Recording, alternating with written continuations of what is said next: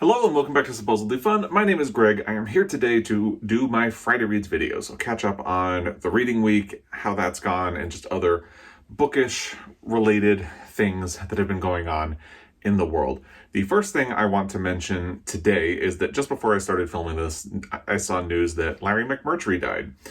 If you're unfamiliar, Larry McMurtry is a Pulitzer Prize winning author who wrote Lonesome Dove, which was one of my favorite reads from last year, 2020. Absolutely fantastic book. I've been talked about it a lot since I read it because I loved it so much. And I just wanted to mention that because I think it's a very sad loss. He also is an Academy Award winner, and if you follow this channel, you know that I'm obsessed with the Academy Awards. He co-wrote the script for Brokeback Mountain, adapted from the short story by Annie Proulx, and it is one of my favorite literary adaptations because I feel like one of the most difficult things would be to take a short story and expand it to make a movie, and it in a way that feels like everything fits within the short story. And he and his co-writer Diana Ossana absolutely did that. They did a wonderful job. And I love Lonesome Dove. It is a very hefty book, but it is well worth your time. So if you have not read it, check it out. I had a full review of it, which I will link down below. It was the first book that I read for my Pulitzer Prize project, and it was just a really phenomenal start. I want to quickly read something from the New York Times article about his passing, because I think it sums up his work and why he was so great in a very succinct, encapsulating way.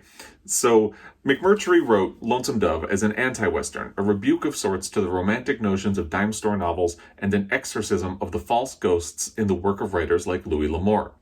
I'm a critic of the myth of the cowboy, he told an interviewer in 1988. I don't feel that it's a myth that pertains, and since it's part of my heritage, I feel it's a legitimate task to criticize it. And that's what makes him so great, and that's what makes him so interesting to me, because he grew up in Texas at a time when people who had experienced the Old West were still alive. They would tell stories to him, and as a boy he was fascinated by them, but he grew up and started thinking about it and criticizing what all of those stories meant and whether and how true they were and what the full picture of the story was. And Lonesome Dove is his way of interrogating that. His other most famous novel is The Last Picture Show, which is the same thing, and I just recently got a copy of this for my library, and I really can't wait to read it. But also his first novel, Horseman Passed By, was adapted into the movie HUD with Paul Newman, and even that one is sort of a play on the Old West. They actually talk about it in this New York Times article, which I will link down below. It is a fascinating read, well worth your time. So I just wanted to mention that quickly. Rest in peace to Larry McMurtry, a tremendous author whose works will be living on and on and on. And if you haven't read Lonesome Dove, definitely check it out. I can't wait to explore more of his books. I have The Last Picture Show. I would love to read Horseman Passed By, which again was adapted into the movie HUD. So that's where I wanted to start. Next is actually an interesting story. So I filmed my book haul yesterday, which was Thursday, and I posted it today, which is Friday. And as I was editing, I realized that I forgot to mention the story behind my purchase of Last Call. So I thought, well, that's actually perfect because I can mention it in my Friday Reads video, because there is sort of a nice moral that's perfect for a Friday Reads video attached to it. Basically, I was interested in this book anyway. You can tell because it was one of my most anticipated reads of 2021. If I remember, I will link that video down below as well. But I was kind of waffling back and forth about whether or not I was going to purchase it, and then I saw a story online. So my favorite bookstore is the Montana Book Company, which is based in Helena, Montana. And I don't live in Helena. I live about an hour and a half away. And that's probably a good thing, because if I lived in Helena, I'd be spending money in that store all the time. But I love that store. I follow them on social media, and they told a story about a kid who came into the store and really loved the pronoun pins that they sell, and mentioned that their mother would never allow them to have one of those pins. And the part of the story I don't remember is that either the kid secretly bought one of the pins or they gave the kid one of the pronoun pins. I can't remember which. But about a week later, the kid came into the store wearing their pin and went up to the employee and told them that it was the first time they had been able to wear the pin in public because their parents were out of town. And also told the employee that they use the pronouns they, them, and if their mother is not around, to please use those. And they told the kid that their store would always be a safe place to them, where they could come in and they would use the correct pronouns when the mother was not around. And I just love that story. And to me, it really highlights why local businesses are so important. Because of course, you can buy stuff cheap online, but they don't give anything back to your community. They don't provide things like safe spaces to your community. You really never know who's going to need a safe space or why. So it's important to have places like the Montana Book Company that will provide them for people in your community. And again, it's really important because you have no idea who's going to need those spaces. You have no idea why. And you have no idea what kind of a safe space or what kind of acceptance they're going to need. And when you have places like the Montana Book Company, they can find it. So I loved this story. So I ordered this book from them and they kindly mailed it to me. And when it arrived, it had this lovely postcard from them. I'm not going to show the back because it has my address on it. But they sent this lovely postcard. They sent stickers. I gave one to my foster son, but I have this one with the rainbow on it. And I wanted to mention that because I think it's a great story and it's a great reminder of why it's important to support your local stores and give back to your local community. I feel like I should mention they actually saw my book haul video from yesterday and commented on it. So it's such a funny coincidence because I was planning to tell the story anyway, and then they saw the video of my book haul where I had mentioned this. And actually, now that I think about it, I should have worn my Montana Book Company t-shirt to do this video. Oh well. My husband is doing their 2021 reading challenge, and he just got me a copy of their prompt as well. So this is another fun thing you can do with a lot of your local bookstores who do fun things like this. So I'm going to go through and try to figure out how many of these I can get, hopefully without trying too hard, in 2021. So there's a Margaret Atwood title, children's picture books, dystopian novels, a writer from your hometown and home state. And that is something I really need to do anyway, because I mentioned in a recent video, I am not so good at literature of my place. And I really need to explore that a little bit. That was in the book haul revisit where I mentioned Cloudbursts by Thomas McGuane. So maybe this could help me get that prompt. So all this just to say, I love this store. I love what they do for their customers and for their community, and that is why I purchased this book from them. And I hope that you would do the same for the bookstores and other stores in your local community that give back and give support to the people around you. It's so important. Moving on from that, I also wanted to mention, I got a lot of really great feedback on the best Asian American writers. There were a lot of really great recommendations of other authors who were not on the list, other authors to check out. It is interesting because it was a bit of an older list, so I think that's why some people didn't show up. But it's also interesting because a lot of the writers on it had only produced one book. I will link the video down below so you can check it out. One author I did want to highlight, Courtney Ferreter pointed out that Ha-Jin is not on the list. And I just wanted to highlight that really quickly because this novel in particular, I remember absolutely loving. It was a Pulitzer Prize finalist the year that it was published, and I don't remember who beat this book or what year it was published. So it was copyright 2004. Let's see if we can find it quickly. I just looked it up. So War Trash lost the Pulitzer Prize to Gilead by Marilyn Robinson. That is a really tough call. If you had asked me back then, I would have absolutely said War Trash, because when I first read Gilead, I felt underwhelmed, but I feel like I need to reread it now that I'm a little bit older and probably more able to understand what that book is doing. I think it would resonate with me a lot more. So that's a tough call, but I really do love War Trash by Ha-Jin. I've read other books of his. Waiting is also really good. But War Trash, spectacular book that I don't think enough people really know about. So wanted to mention that one here. In other things that are going on, little quote from Ruth Bader Ginsburg: "Reading shaped my dreams and more reading helped me make my dreams come true." That is a new sticker that I got from my foster son. He gave this to me and I am trying to put it here, but it keeps falling. So I'm going to try tucking it behind this little card and see if that helps. I might have to tape it. And the unfortunate thing about that location is if I'm filming, my big old head is in the way, but it's been added to the location. Thank you to my foster son. He is actually going to be starting community college classes on Monday. So that's a big deal. Really excited about that. It's going to be interesting. I don't know if that's going to impact my own video uploading schedule because he is going to be doing Zoom classes starting on Monday. and will need a little bit of privacy and quiet around the house. So we're gonna have to work around that and help him get settled in. I don't think it will interfere with my video schedule. I'll work it out. It'll be fine. But that is something that's coming up. We also helped him get a car last weekend. If you're a parent, you get it. But wow, seeing your teenager drive off in a car and drive on their own around the world and spend the rest of the day wondering if they're okay, that's a feeling. And it's surprising because I know he's a good driver. I know he'll be responsible, and yet you worry. It's just what you do.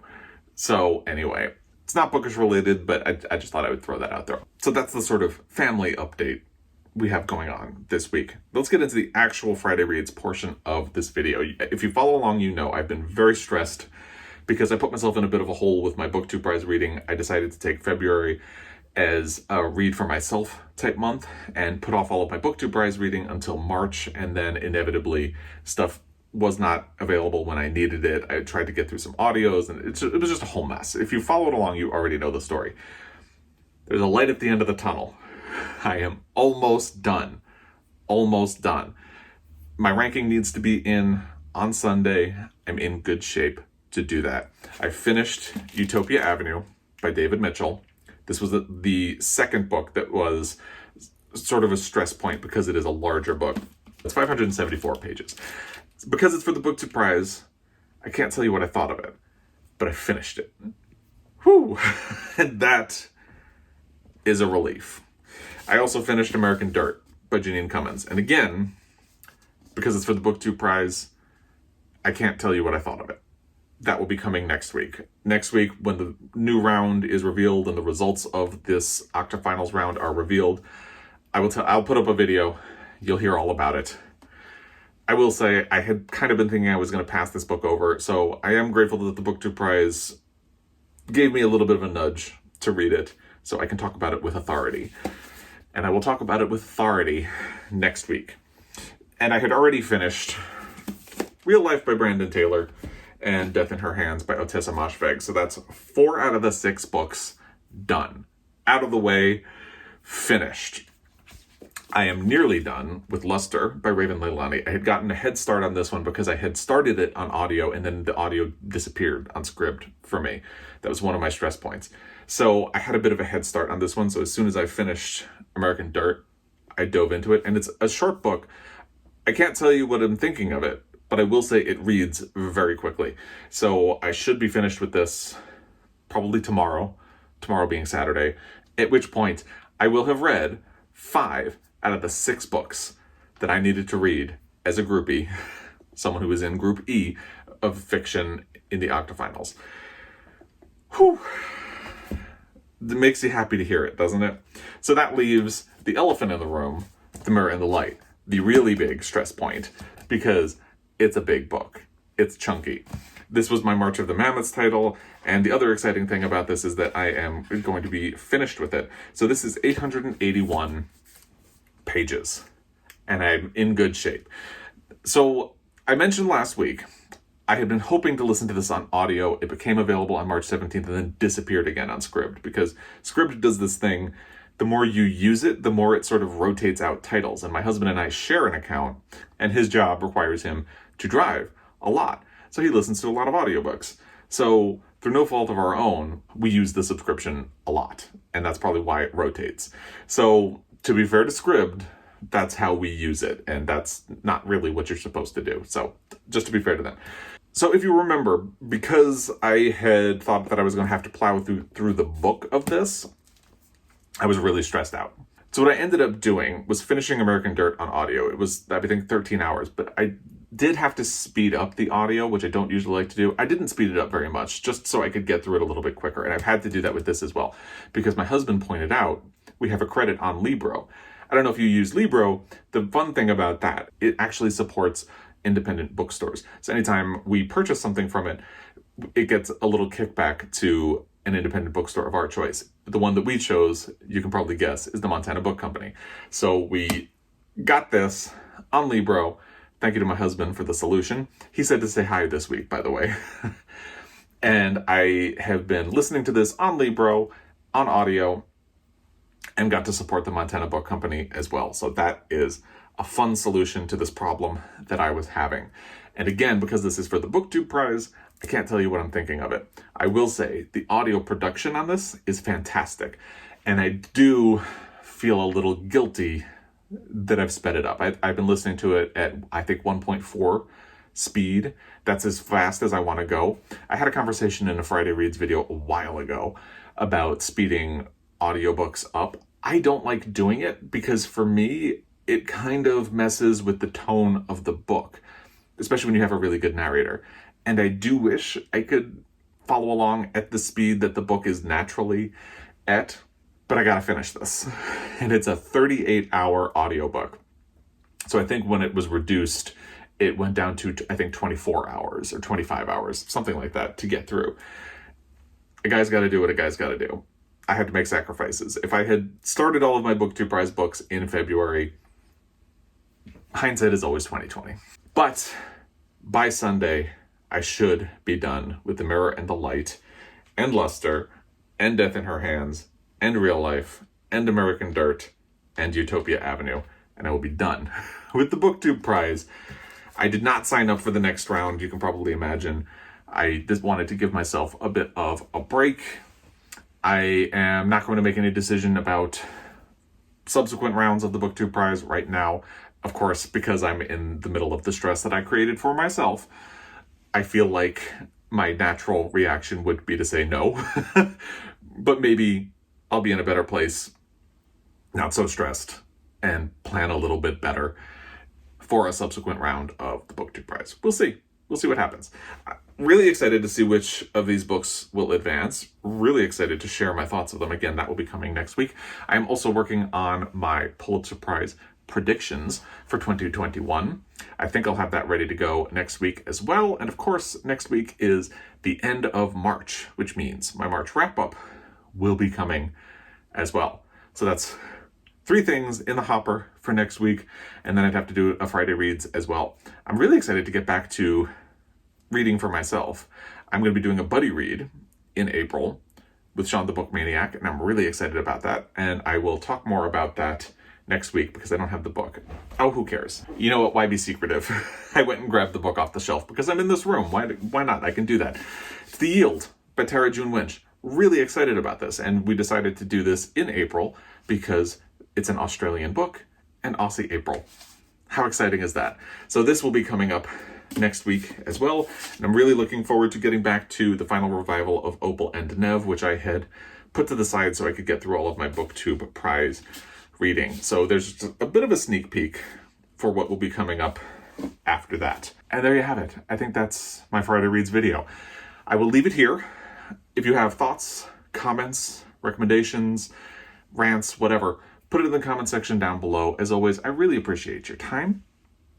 And I will be back. Until next time, happy reading.